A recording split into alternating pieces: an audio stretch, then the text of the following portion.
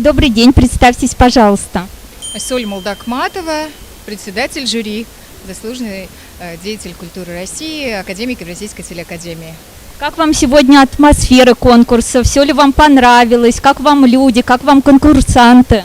Прекрасно, когда собираются очень красивые душой, наполненные духовно, всегда царит самое наивысшее. Это дух искусства, дух красоты.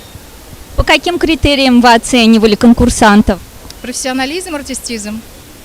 Как вы считаете, первое место заслуженно или у вас симпатия к другому была участнику? Вы знаете, мне кажется, что компетентность жюри сегодня просто зашкаливает. Ведь это серьезный пул.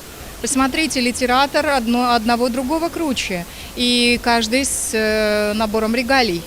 Причем это регалии, о которых можно судить поистине о духовном наполнении. Поэтому я считаю, что все справедливо. Спасибо вам большое, вам творческих успехов, очень приятно было с вами пообщаться. Благодарю.